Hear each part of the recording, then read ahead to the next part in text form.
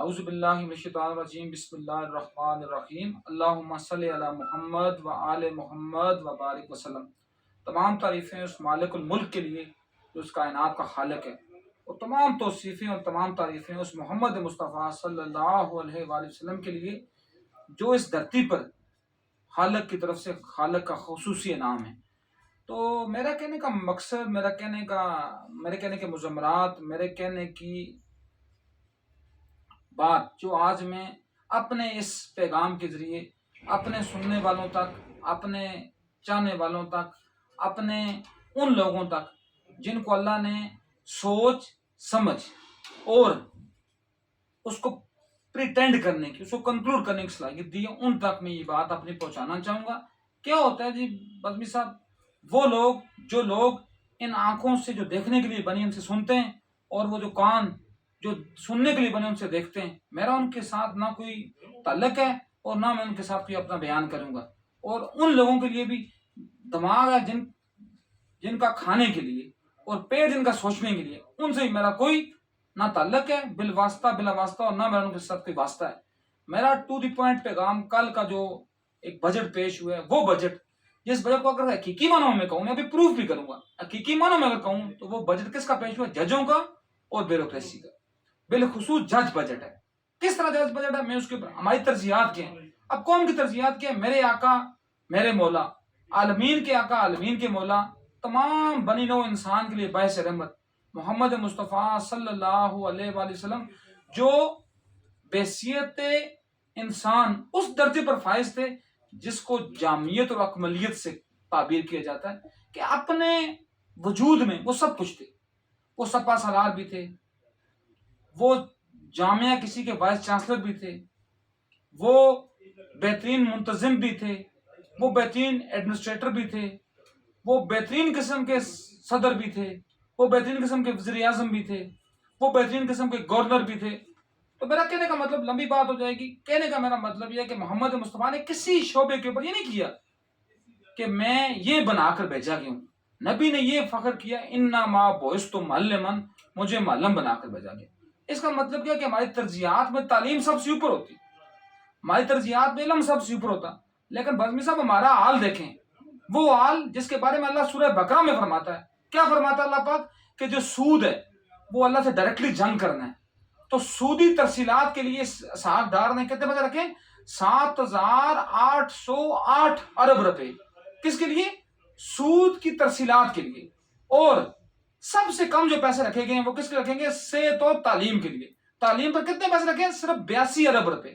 اب آپ مجھے خود بتائیں، 82 ارب روپے کسی قوم کا، یہ اگر اس کا مقصد ہو کہ 82 ارب روپے اس کی تعلیم کے لیے، تو اس قوم کا المیہ کیا ہوگا؟ آگے آتے ہیں، بیسیکلی تو ہم انسان تو ہے ہی نہیں ہے نا، یہ تو وہ ہے جی کہ اپنا مری ہوئی قوم، جن کی نہ سوچ اپنی ہے، جن کی نہ سیرت اپنی ہے، جن کی نہ کردار اپنا ہے، جن کی نہ آنکھیں اپنی ہیں، جن کے نہ کان اپنے، ان کی صحت کے لیے 36 ارب روپے ہیں۔ اور اس کے بعد آگے جاتے ہیں جی کہ اپنا سائنس تو چلو یہاں وہ ہے ہی نہیں ہے نا، یہاں سائنس کا کیا تعلق ہے؟ یہاں سائنس کیا ہے؟ یہاں فواد چودھری کی سائنس ہے، جو پھونک مارتا تو وہ کہتا نہیں جی یہاں سے تو آکسیجن گیس ہی پیدا ہو جائے گی، کاربن ڈائی آکسائڈ گیس ہی پیدا ہو جائے گی۔ سائنس کا تو اس کا مقصد نہیں اس قوم کا، لیکن سائنس کے لیے بھی آپ دیکھیں، سائنس کے لیے بھی انہوں نے کتنے رکھے؟ 28 سے لے کر 32 ارب روپے۔ اب مجھے بتائیں ترجیحات، اب ترجیحات دیکھیں، کیا میں نے کہا سود کے لیے کتنے ہیں جی؟ 7,808 ارب روپے۔ اور پھر قوم ہم کیا ہیں جی؟ نہ ہمارا کوئی اوڑھنا ہے، نہ ہمارا کوئی بچھونا ہے، نہ ہمارا کوئی کیا کہتے ہیں کہ نہ ہمارا کوئی اس میں کوئی سروکار ہے کہ ہم اس میں یہ کہیں جی کہ ہمارا مقصد یہ ہے کہ ہم نے کچھ بننا ہے یا ہم نے کچھ کرنا ہے۔ ہمارے لیے کسی نے کیا کرنا ہے؟ ہم تو جب پیدا ہوتا ہے بچہ، وہ بھی 3 لاکھ روپے کا مقروض ہوتا ہے، وہ بچہ اس کی دفاع کے لیے کہتے ہیں جی ہم نے 1,890 ارب روپے رکھے۔ اب ان کا کیا دفاع ہوگا جس بچے کو آٹا نہیں ملتا؟ جہاں لوگ غیرت کے نام پر، بھوک کے نام پر، افلاس کے نام پر اپنے بچوں کو قتل کرتے ہیں، اپنے بچوں کو بیچتے ہیں، تو اس کو ان کا کیا مطلب دفاع ہوگا جس دفاع کے لیے انہوں نے تقریباً 1,890 ارب روپے رکھے؟ یہ صرف ہڈن بجٹ ہے، جو اس کے علاوہ ہوگا وہ انشاءاللہ اس سے ڈبل بجٹ اور بھی ہے۔ تو کہنے کا مقصد کیا ہے کہ ہم پھر کیا کہتے ہیں جی؟ ہمارا کہنے کا مقصد کیا ہوتا ہے یا ہمارا کہنے کا مدعا کیا ہوتا ہے؟ ہم کہتے ہیں نا جی ہم نے تو پتہ نہیں کیا، ہم تو ایشین ٹائیگر بننا ہے، ہم نے تو مہاتیر محمد کے ریکارڈ توڑنے ہیں، ہم نے تو نیلسن منڈیلا۔ نیلسن منڈیلا تم اس کی جوتیوں کے برابر بھی نہیں ہو، تم یہ تمہاری تجزیات ہی ہیں۔ اب اس کے بعد یہ سب سے بڑا المیہ، اس ملک کی سب سے بڑی جونک جو ہے، دیمک، وہ ہے جوڈیشری کا نظام، جو عدالتیں ہیں، جس کا نمبر کتنا ہے 130واں نمبر، اور اس کی مراد ذرا غور کریں آپ۔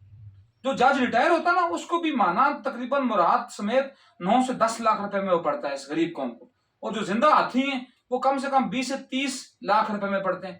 تو ان کے لیے کیا تھا، اسپیشل ان کا ایک جوڈیشل الاؤنس ہے، ایگزیکٹو الاؤنس ججز کا۔ جوڈیشل الاؤنس تو تمام ان کے چھوٹے موٹے چمچوں خرچوں کا بھی ہے، وہ کتنا جی 1.5 لاکھ سے 2 لاکھ پر منتھ، وہ ان کو آلریڈی پہلے دیا جا چکا ہے۔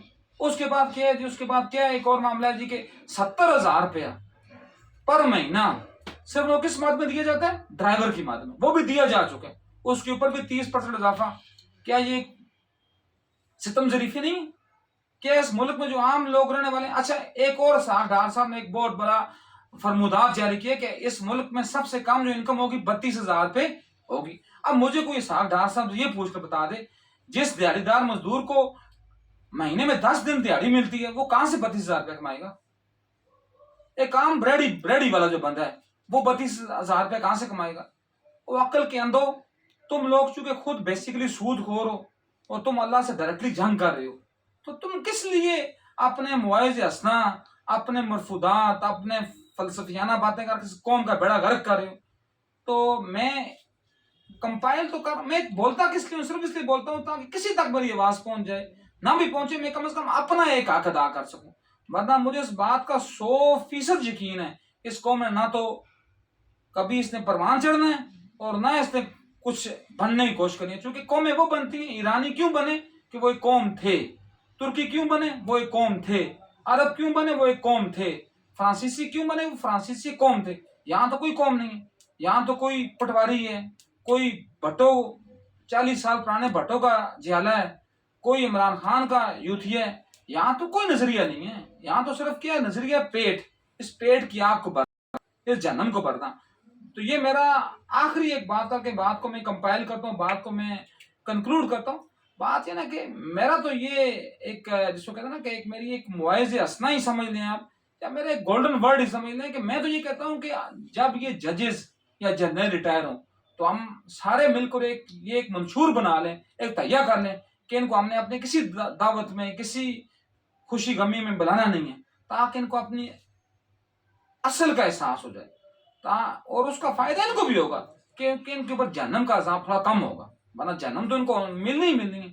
تو میں نہیں الفاظ کے ساتھ اپنی گفتگو کو تمام کرتا ہوں، لیکن اس بات قتیل شاہی کے شعر کے ساتھ، قتیل کیا فرماتا ہے، قتیل اس سا منافق نہیں زمانے میں کوئی جو ظلم تو سہتا ہے بغاوت نہیں کر۔ اب بغاوت کیا ہے، خون کی ندیاں بانی۔ بغاوت یہ نہیں ہے کہ ادھر سے نعرے ادھر مارنا، ادھر سے نعرے ادھر لا کر مارنا۔ بغاوت یہ ہوتا ہے کہ سم سرٹن پیرامیٹرز کے اوپر آپ نے اس کو لے کر چلنا ہوتا ہے۔ تو یہاں کیا پیرامیٹر ہے، یہاں تو کچھ بھی نہیں ہے۔ تو اللہ پاک اپنے نبی کا صدقہ حال پر رحم فرمائے۔ انہی الفاظ اپنی بات کو تکمیل پر لے کر جاتا ہوں۔ وما علینا الا